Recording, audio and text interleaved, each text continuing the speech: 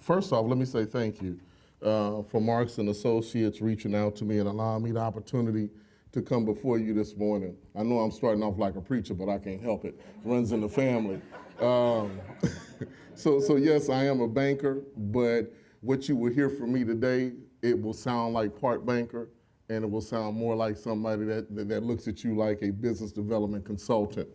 My topic for today is relationship banking, which some of you, if you have a question mark in your head about what is relationship banking, it is a lost art in the banking sector. Right now, I feel like banking is extremely transactional. You are approached like you are a dollar sign. You engage like you are a dollar sign, and the results that you get are based off the way that you engage.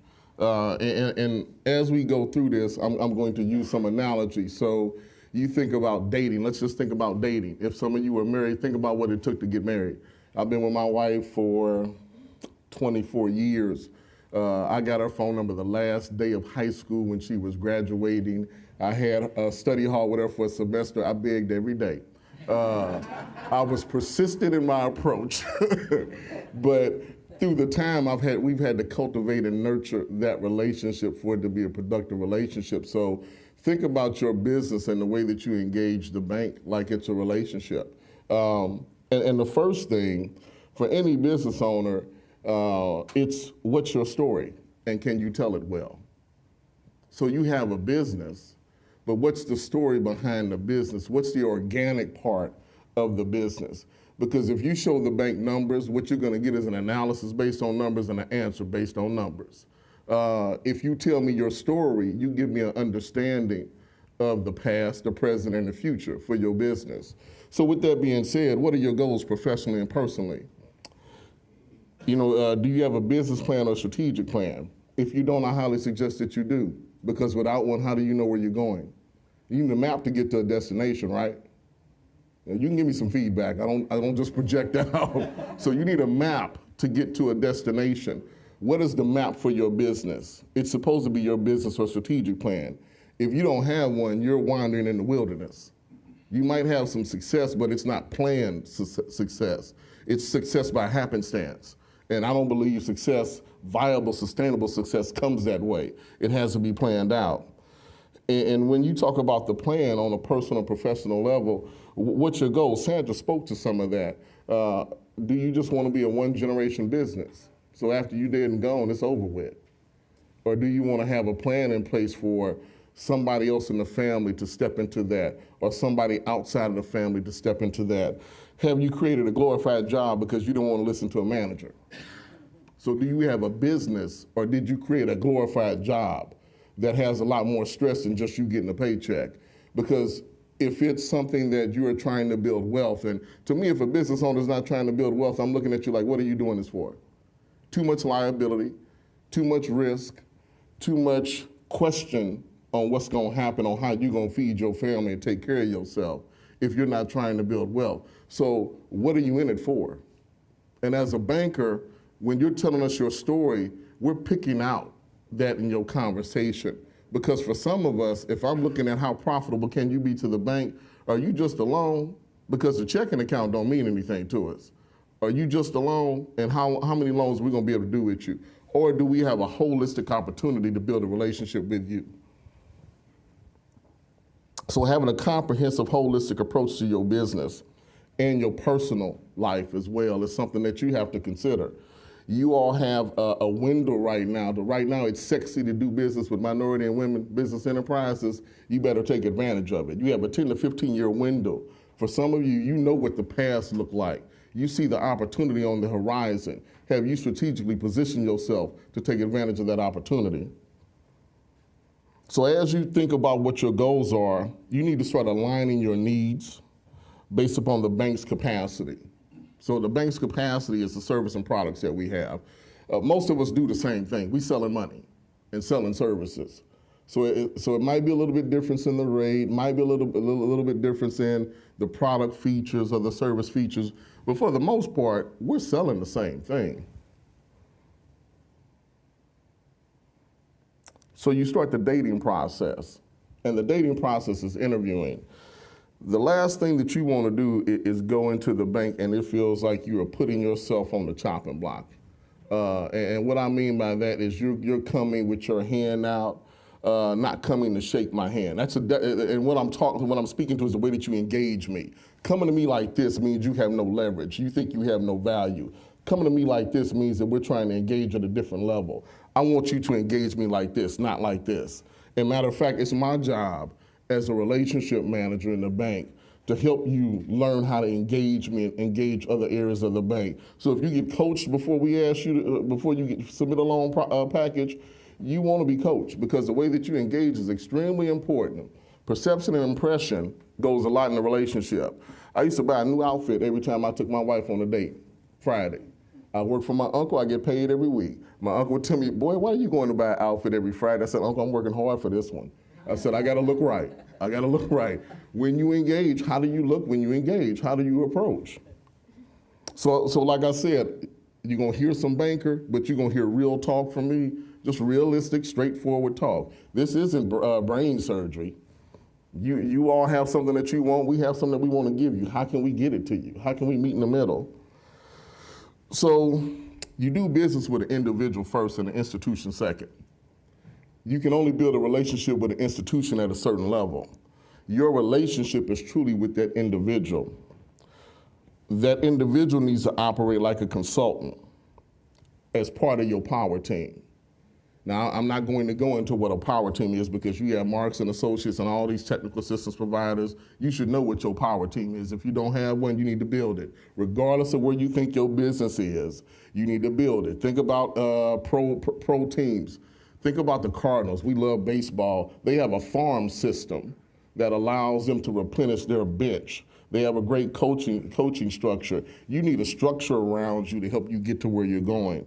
So your banker needs to be a consultant that's part of your power team. You need to know that they have your best interest at heart. So is it the relationship or is it the transaction? How do they approach you? How do they engage you? And you need to constantly be thinking about that when you're interviewing folks. If I'm not going to give you the time for you to tell me your story, and I'm trying to get to the loan ask real quick, that needs to raise a red flag in your head. Because if I'm not going to give you the time to tell your story, how can I be a good advocate for you in the bank? So I approach this like I'm your attorney and you're my client, and my credit team is the judge.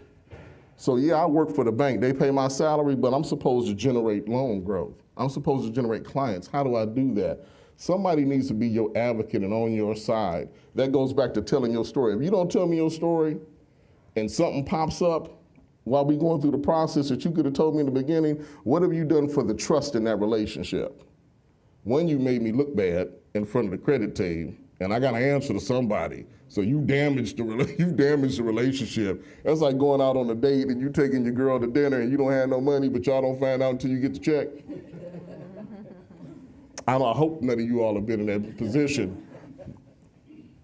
So the beginning, what's the beginning of the relationship? Is it a loan? Is it a checking account? You have to start somewhere.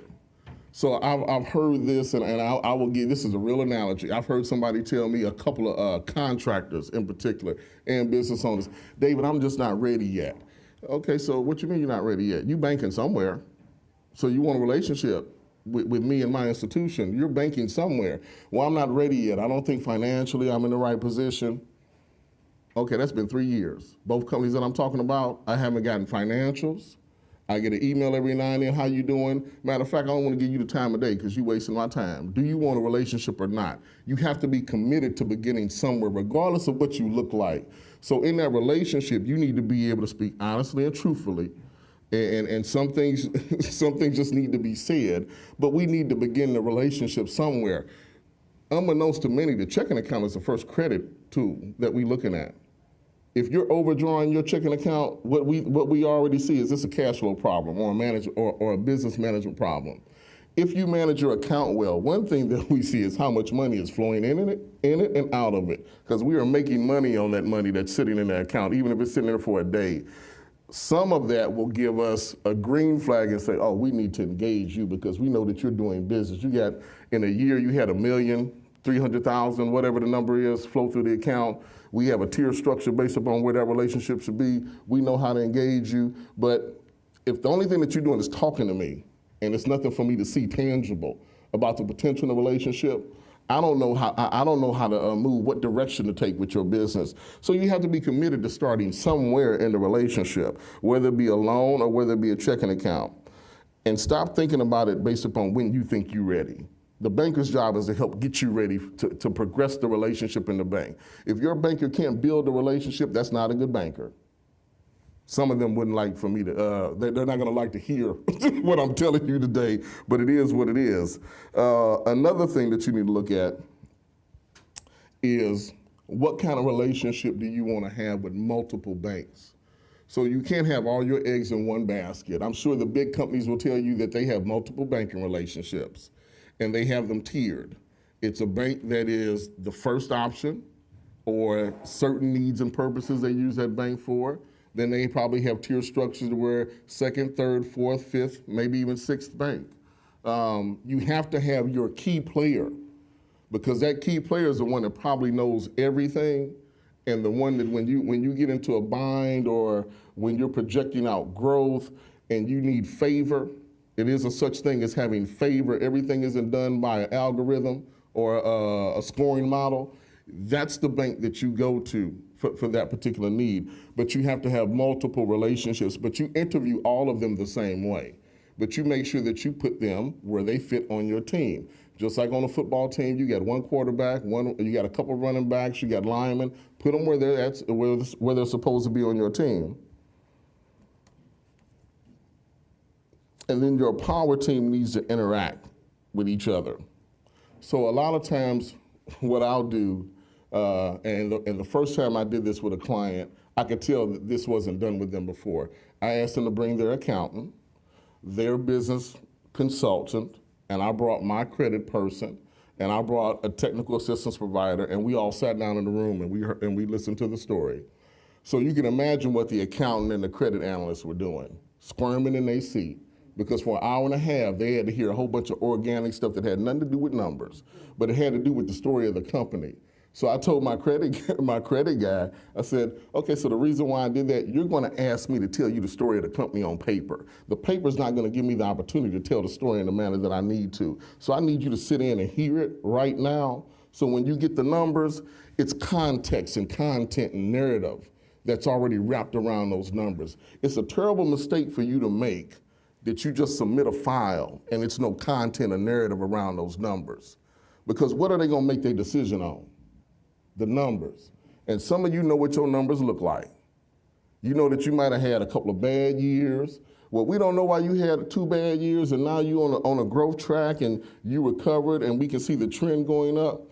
If we don't know any content or backstory behind that, all we're gonna do is look at the numbers and make a decision, and that decision is probably gonna be no, because it's no story added to it. So hold your bank to the fire when it comes to relationships. And what I mean by that is, so your power team, they need to interact with one another.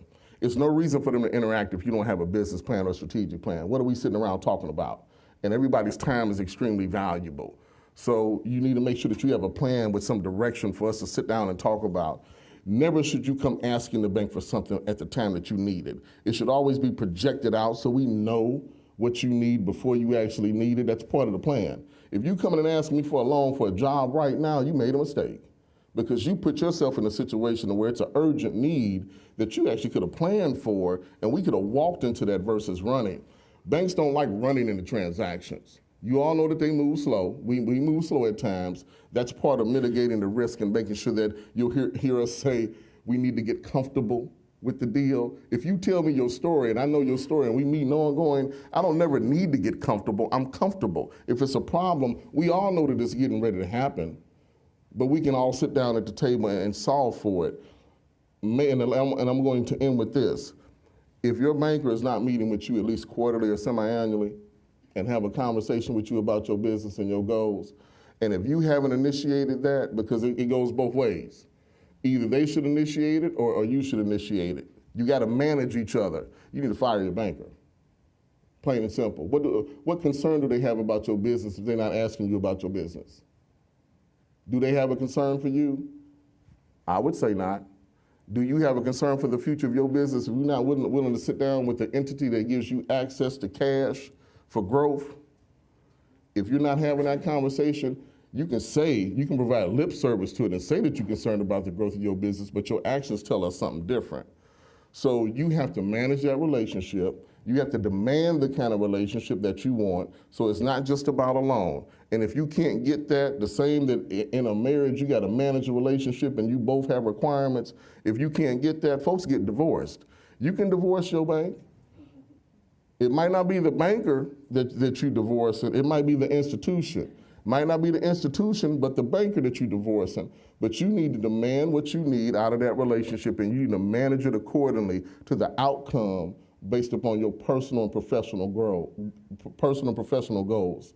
And you have to have those in place. You have to think about the future. You have to think about, do you build the balance sheet of your company and also build your personal balance sheet at the same time? If you're not doing that, you need to rethink what you're doing, because really you're not working towards the right outcome. You got a glorified job. If you're not building that company's balance sheet and building your personal balance sheet, what are you in it for? So have that reflective moment and start thinking about that. Sit down and have that strategic plan. And if you need to go back and start interviewing your banker, if it's your existing banker, take some of what I said today and have that conversation with them. Engage if they truly have your best interests at heart. Hopefully that helped with the relationship banking 101, gives you a perspective to approach banking in a different manner, and as it helps you grow and achieve your personal and professional goals. Thank you.